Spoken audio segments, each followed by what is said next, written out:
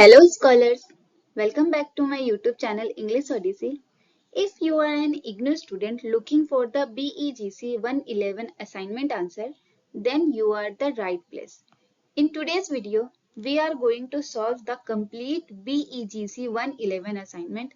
I'll explain all the questions and provide you with well-structured, easy to understand answers so that you can complete your assignment without any confusion. And one important thing, before we begin, please don't buy a ready-made assignment from anywhere. You can simply use the answer provided in this video and write them as they are in your assignment. There's no need to spend your money on buying an assignment. So keep your assignment question ready, watch the video till the end, and let's start with section A. Alright, let's begin with section A. The first question is based on an extract from Emily Dickinson's poem, I wonder if when years have built. In this line, the poet reflects on the pain caused by past experience. She wonders whether the passage of a very long period of time can heal the wounds that people suffered in the past. The word balm is especially important here because it means something that provides relief or healing.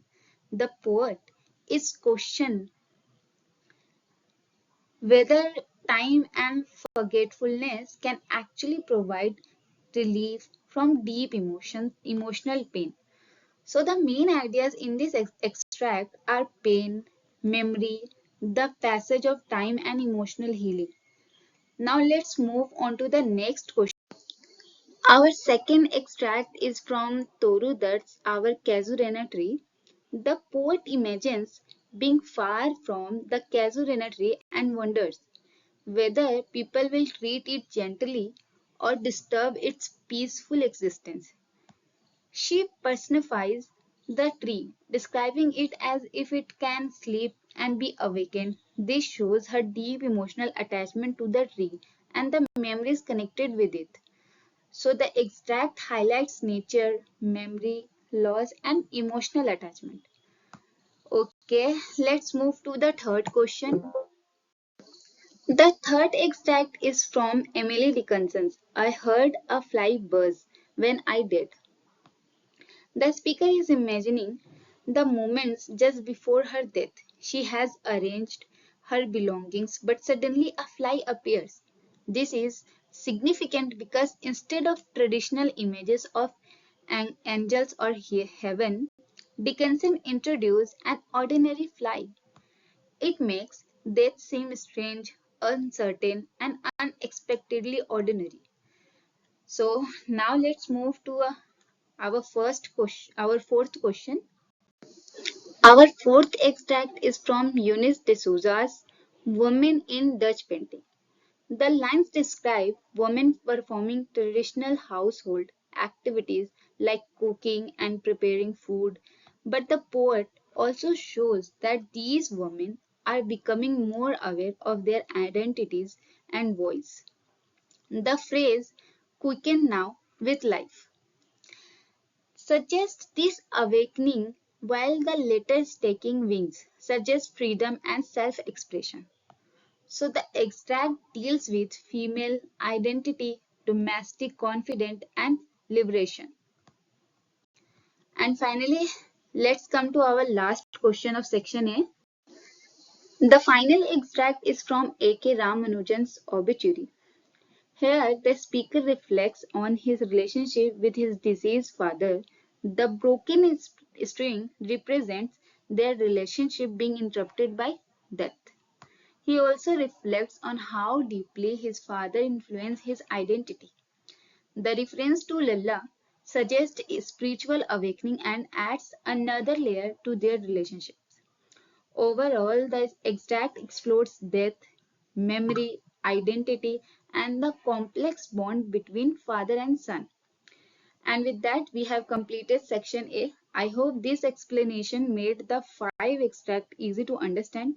You can use the answer provided in this video as they are for your assignment. Now let's move on to section B, where we have 4 questions carrying 10 marks each. Our first question asks us to discuss Pandita Ramabai's contribution to the genre of autobiography. Pandita Ramabai was an important Indian reformer, scholar, and advocate of women's education. Her autobiographical writing is significant because she does not simply narrate her personal life, she also uses her experiences to highlight the social problems faced by women in 19th century India. Ramabai's life story reflects her experiences of education, travel, personal loss, and social restrictions. Through her own voice, she challenges the traditional representation of women as passive and dependent. Her autobiography combines personal experience with social criticism and reformist ideas. It also gives women a voice in a literary tradition that was largely dominated by men. Therefore, Pandita Ramabai made an important contribution to autobiography by turning her personal story into a wider discussion of women's education, freedom, identity, and social reform. Moving on to our next question, we have to discuss the theme of Emily Dickinson's poem. Dickinson's poetry explores several important themes, but some of the most prominent ones are death, immortality, nature, love, suffering, faith, and the human mind. Death is particularly important in her poetry. Instead of presenting death in a completely traditional or religious way, Dickinson often makes it mysterious, uncertain, and sometimes even strangely ordinary. Another major feature of Dickinson's poetry is her exploration of the inner mind. She writes about loneliness, emotional pain, fear, and psychological experiences.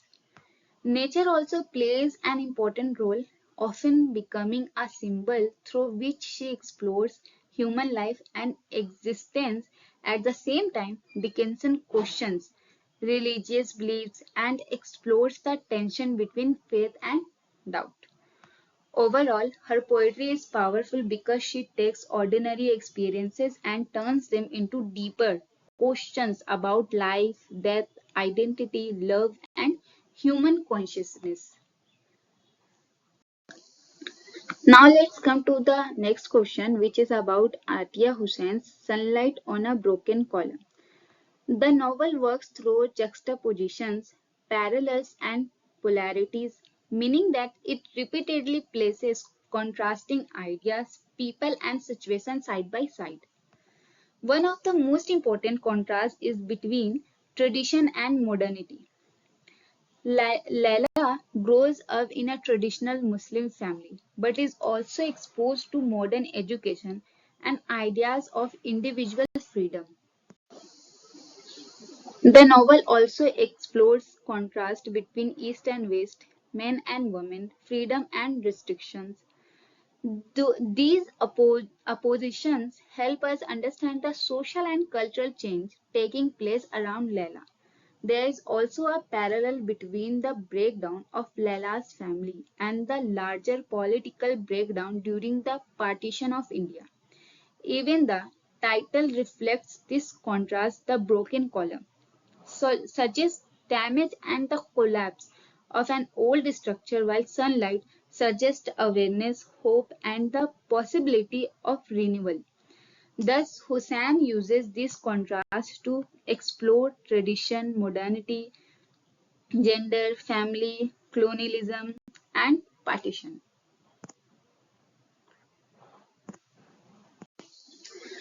And finally, we have the question about the symbolic importance of the kitchen in C.S. Lakshmi's A Kitchen in the Corner of the House. The kitchen is much more than simply a place where food is prepared. It represents women's domestic responsibilities and the restrictions placed upon them by society. For women, the kitchen can be a place of constant work and responsibility, but it can also become a space where women interact, communicate, and share their experiences. For men, however, the kitchen often has a different meaning because they are generally not expected to perform the same amount of domestic labor. Therefore, the kitchen becomes a symbol of the unequal distribution of household responsibilities between men and women. Lakshmi uses these ordinary domestic space to question traditional gender roles and make women's invisible labor visible. So the kitchen can represent both confinement and female interaction, making it an important symbol of gender identity and power in the story. And with this, we have completed section B. Now let's move on to section C, where the question carry 20 marks each. Our first question asks us to comment on the yellow wallpaper as a self-confessional psychological thriller. Charlotte Perkins' story is narrated in the first person, which makes it feels like a personal confession. The narrator secretly records her thoughts, feelings, and experiences while being confined to a room by her husband John. Through her private writing, we get direct access to her mind and slowly understand how her mental condition is changing. The yellow wallpaper becomes the central symbol of the story. Okay, the narrator gradually begins to see a woman trapped behind its pattern, and eventually she identifies herself with that woman. This creates the psychological thriller elements because the reader becomes unsure about what is real and what exists only in the narrator's mind. At the same time, the story criticizes the way women were controlled and denied freedom, especially through John's treatment of his wife. The climax comes when the narrator tears down the wallpaper, believing that she has finally freed the woman trapped behind it. Therefore, the story works both as self-confessional narrative and the psychological thriller. Through the narrator's mental breakdown, Gilman explores confinement, female oppression, identity, mental suffering, and the desire for freedom. Now let's move to our final question of the assignment. Our final question is based on Catherine Mansfield, A Cup of Tea. This is my favorite. It asks us to comment on the plot and style, particularly because the story places greater emphasis on situation rather than direct character description. The story revolves around Rosemary Fell, a wealthy woman who meets a poor young girl, Miss Smith, who asks her for the price of a cup of tea. Rosemary brings the girl home, believing that she is doing something generous and unusual. However, the situation changes completely when Rosemary's husband Philip comments on Mrs. Smith's beauty. Rosemary immediately becomes jealous and insecure. Her earlier generosity disappears, and she finally gives Miss Smith money and sends her away. This changes in the situation reveals Rosemary's personality much more effectively than a direct description would have done. Mansfield's style is simple, economical, ironic, and psychological subtle. She uses dialogue, small action, and situation to reveal what is happening beneath the surface. The title A Cup of Tea is also significant because a simple request for tea sets the entire story in motion. Through this small incident, Mansfield explores class differences, charity, jealousy, beauty, insecurity, and social privilege. So, although the story has interesting character, Mansfield allows the situation to expose their real personalities and emotions. And with that, we have completed all the question of the BEGC 1111. I hope this complete BEGC 111 assignment solution made every question easier for you to understand and helped you complete your assignment without any confusion. If this video was helpful, don't forget to like the video, subscribe to English Odyssey and share it with your IGNOU friends who might need help with this assignment. And remember, your assignment don't have to be stressful when you have to write guidance. Okay, I'll see you in the next video. Until then, keep learning, keep growing and keep improving. Bye bye.